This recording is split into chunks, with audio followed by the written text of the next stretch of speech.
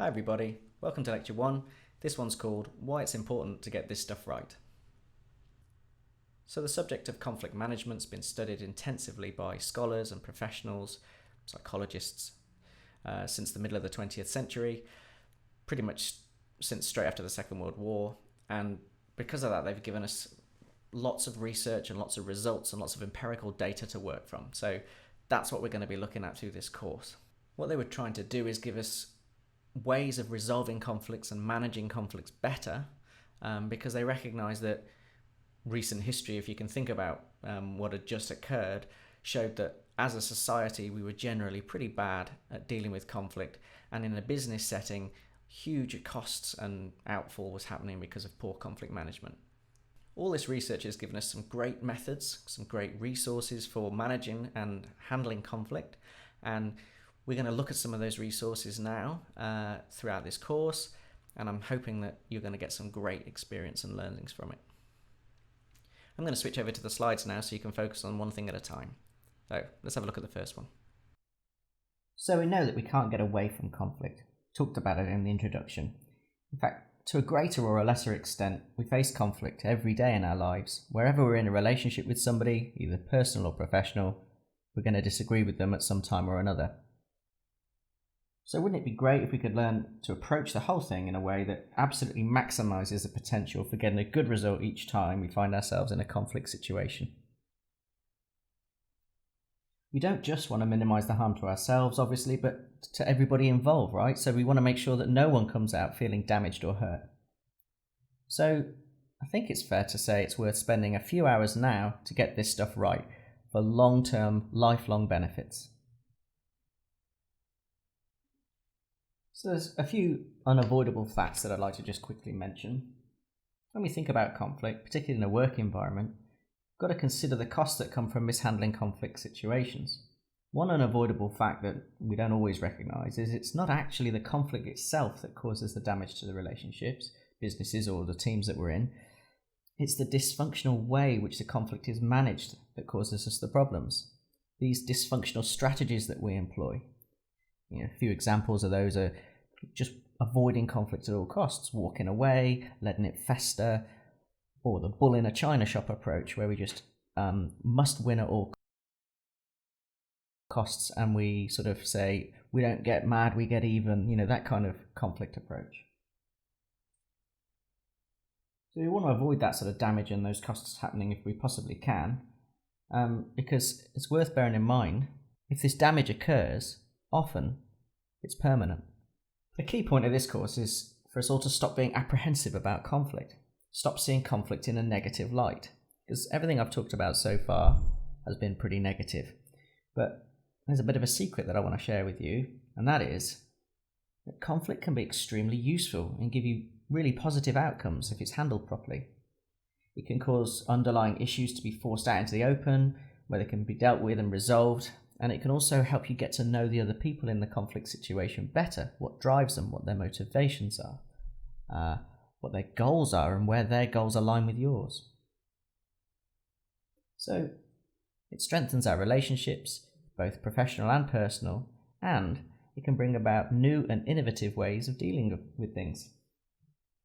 Let's use what we learn in this course to make our own lives and the lives of other people better. But we are going to use evidence-based research to explain the elements that always make up a conflict. It's super useful in breaking down a conflict into individual strands that can be tackled easily. Once that happens, the conflict will dissolve in front of us. We're going to look inside the workings of conflicts and discover how to tell what is really going on when we get into these disagreements and what the real issue is in each case. And that's important because it's not always the most obvious one that you think it is. Then we're going to learn the specifics about practical things we can do every time to get the best results. After this course, you'll see every conflict differently. It'll be like you can see behind the scenes of every conflict, like you're backstage at a play. So let's get to the point where we can see what drives each conflict and how each party in the conflict is perceiving a situation. At that point, it's like having the cheat codes to managing any situation. Got to remember, each of us is different. We can't all squeeze ourselves into a specific mould. Do you know what though? That's really good, because It's what makes us individuals, and that's why we still always need to approach conflict in a way that suits our own comfort levels. Because of this, managing conflict's a fine art. Developing your own approach that utilises the methods we're talking about here will take time and practice. But you can do it. I've done it. You can do it. At this point, I want to refer to our first experts on the subject, and they are William Wilmot and Joyce Hocker. And they actually did write the book on interpersonal conflict. You can see it on the screen there. That's the cover. It's an incredible book, and it's been extremely useful to me through my career and my subsequent studies and research into this stuff. It's recommended reading for this course, but I'll warn you, it's a bit of a volume, so you'll need to spend a bit of time on it. A lot of the current understanding on how we successfully manage conflicts has been taken from Hocker and Wilmot's research, and particularly from this book. So I'd like to take their definition of what a conflict actually is from the book, and then break that down for you the way they have done to sort of share their learnings with you. So I'll read it straight off the screen. It says, so conflict. It's an expressed struggle between at least two interdependent parties who perceive incompatible goals, scarce resources, and interference from others in achieving their goals. So Wilmot and Hocker's definition is really good because it's got most of the elements that are always present in a conflict or for a conflict to take place. I'm going to break those down for you now. So firstly, the actions of each of the people involved in the conflict need to affect the other parties in a conflict. So this is referred to as interdependency, and that's what Wilmot and Hocker identify it as. So if what I do has no bearing or has no effect on you, then we aren't interdependent with each other, and we are very, very unlikely to get into a conflict with each other.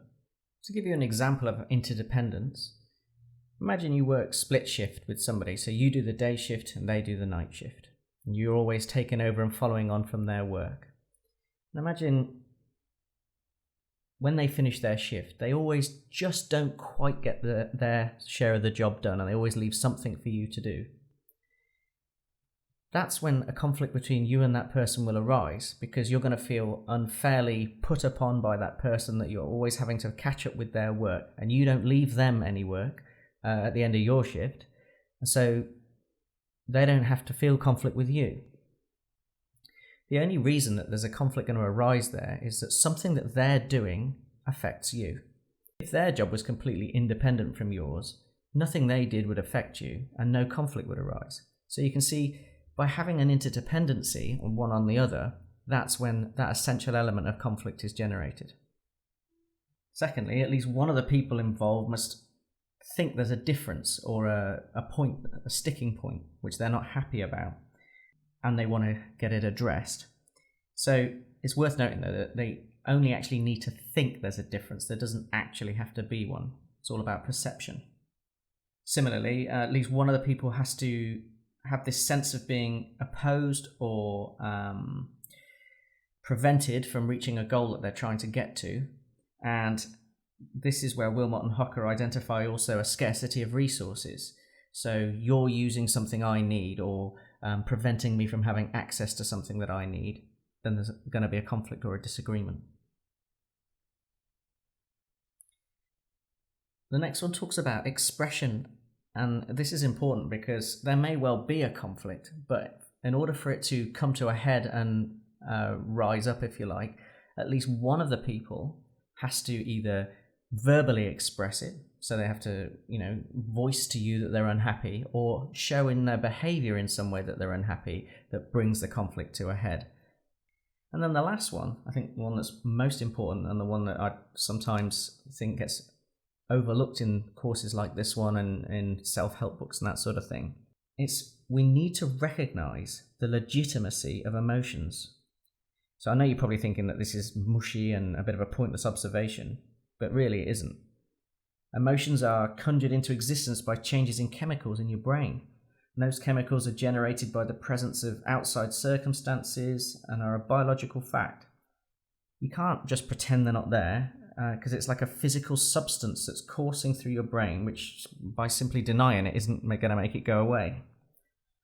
Every one of us has got emotions, and often in a conflict situation, the emotion that we're going to be feeling most likely is anger. We don't choose to get angry, we just get angry. For that reason, we need strategies that recognize these emotions and allow us to manage them successfully.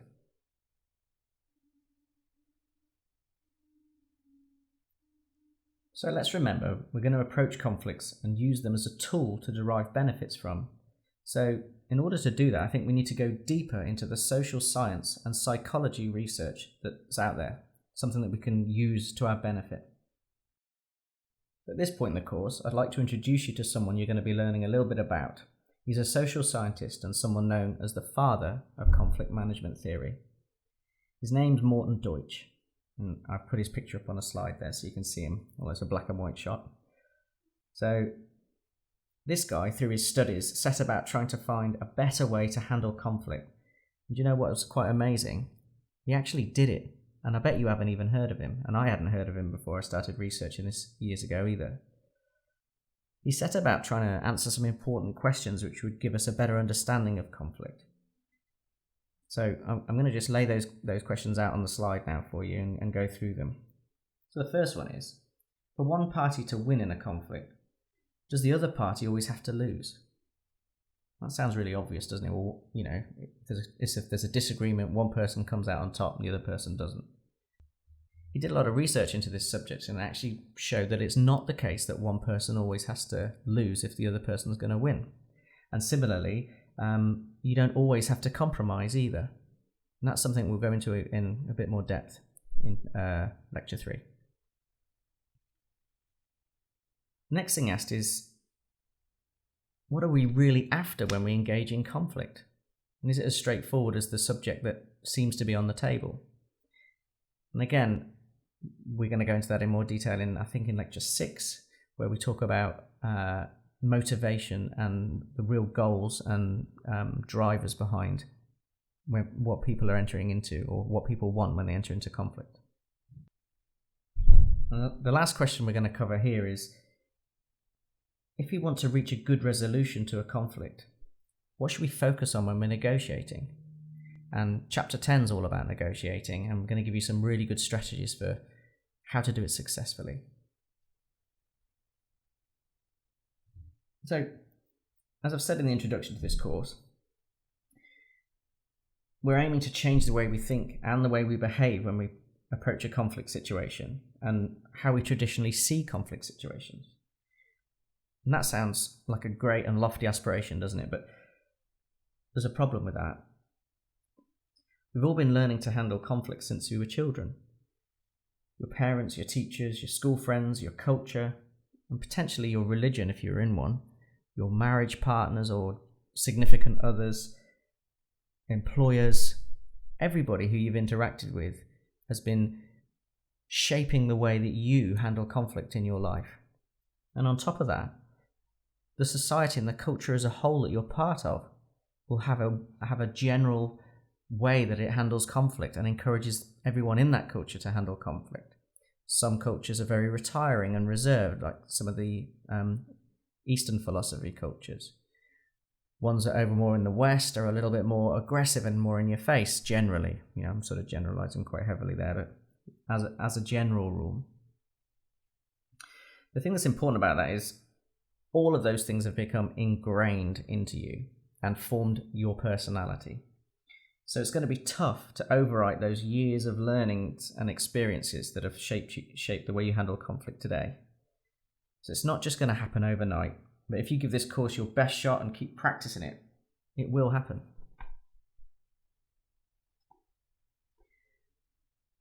On that subject then, it's probably worth asking, what is your current approach to conflict? Do you know how you deal with it? Are you aware of what your approach to conflict is? Do you shy away from conflict? Do you tackle it head on like a bull in a china shop? And where did you get that conflict style from? You know, I've just talked about the sources there with you, but there are certain sort of dominant people in your life that will probably have shaped the way you handle conflict. And do you know who they are and how they came to be that dominant force in your life? Now I think these are questions that are definitely worth asking yourself, so you can get an honest picture of your starting point. Because remember, we're on a journey. We need to know where we're starting. It's worth noting what you feel you do well and why you think you do it that way, and what you do less well, and where you got those learnings from. Talking about the way conflict management's ingrained in us, we need to recognize that there are ways of approaching conflict that over the years have developed and are just plain wrong. And I'd like to go through a few of those with you now. They're sort of misapprehensions that have come about in society, and if we hold on to them, it's going to prevent us from getting the best out of this course. So the first one is that if you're in a good, healthy relationship with somebody, either a spouse or even a good, solid working relationship with somebody, that you should never have any conflict, or in fact that good relationships are ones where disagreements are very rare. This idea is just plain wrong. You see, what you've got to remember is, if you're in a relationship with somebody, you have an interdependence with them. And by having an interdependence with them, you've got one of the key elements where a conflict is likely to occur. In fact, disagreements are inevitable and can deeply strengthen a relationship if you handle them well. You can air grievances and bring about a clearer understanding and a closer harmony with that person. The second one is that anyone you enter a conflict situation with automatically becomes your enemy. This one's important because, again, if you're entering into a conflict with somebody, by definition, you must have an interdependency with them. And likely, if you've got an interdependency with them, if you can take a bigger, wider view of the situation, you've probably got a shared goal with them, which means they're not your enemy. They're somebody that you should be collaborating with. How about winning in a conflict always involves you holding more power in that situation than the other person? That one's really wrong because, again, we're relying on this definition of interdependence, where if you do something that affects the other person, in effect, you hold power over them, and you only need enough interdependence for them to be concerned enough about your impact on their life for them to want to resolve that conflict with you. And we're going to talk a lot more about the power in conflict, or the dynamic of conflicts later on. But it's worth noting at this point that it's just not true that you have to have more power over somebody. So you don't have to be somebody's line manager or have the ability to sack them to get a successful result in a conflict situation. The last one's this classic that you'll definitely have heard, that the underlying causes behind most conflict situations is a failure to communicate properly. Well, yes, communication is important in managing and resolving conflicts. Failure to communicate is a contributory factor to conflicts, sure. But it's absolutely not the be-all and end-all. It's just a prerequisite. And once you've got it in place, it's not going to mean that the conflict's resolved flat out in its own right just because you're good at communicating. I just quickly want to cover get a bit of clarity around the course title as well. I want to cover it in lecture 1 so we're aware of it. There's a reason why this course is called Managing Conflict Successfully, and it's definitely not called Resolving Conflict Successfully. The reason behind that is that all of us are different and complicated people. Our situations are all different, as I've already talked about. And there's all sorts of varying degrees of stress and other factors that contribute to how you're feeling and how the other person's feeling. So it's true to say that not all conflict can actually be resolved. But it's also true to say that even the toughest conflicts can be managed and turned to your advantage if you work at it properly. So I think that's pretty exciting. Okay, so that was lecture 1. We talked about why managing conflict well is important, and we discussed some unpleasant truths around conflict management. We identified that we can actually turn conflicts to our advantage, and then we discovered a definition and broke conflicts down into the elements that need to be there for a conflict to happen. We met Morten Deutsch and we looked at a few of his areas of research briefly, and then we looked at ourselves a little bit and recognised that it might be tough but a worthwhile journey that we're on. Then we reviewed some misapprehensions, and here we are now at the end of the lecture. So I'd like to consolidate what we've learned now by giving you a little assignment. And so what I'd like you to do is sit down somewhere quiet with a notepad and a pen and have a look into your past, if you like, and really think about some conflicts that stand out in your mind that you've been involved with. Ones where you can remember who the players were, what the motivations were behind the conflict, what triggered the flashpoint, if you like. And once you've done that, I'd like you to analyze your approach to that conflict. See if you approached it at a win at all costs sort of approach, or if you shied away from the conflict. And be honest with yourself. No one else is going to see this except you. You can make some notes and just keep them to yourself. But the more you analyze how you approach the conflict, I think the better results you'll get from it. Then I want you to move on and try and work out where you learnt to handle conflict the way you do came from. So look at the motivations behind whether you are somebody who sort of shies away from conflict. Did you have a very dominant force in your life that made you just retire away from that situation? Or are you part of a culture that is like a sort of bull in a china shop approach? Once you've done that, break down how you handled that particular conflict and sort of make a note against each of the three. And try and sort of put into one sentence your modus operandi, if you like, for conflict management. And finally, I'd like to keep those 3 or 4 conflicts that you've sort of detailed, the examples that you've come up with, because I think as we move through the course, you'll be able to hold up the principles that we're discussing against those conflicts and sort of sense test them and see if what I'm sharing with you actually is borne out by the examples that you're familiar with. That's a really useful exercise. All right, great. I'll see you in lecture 2. Cheers.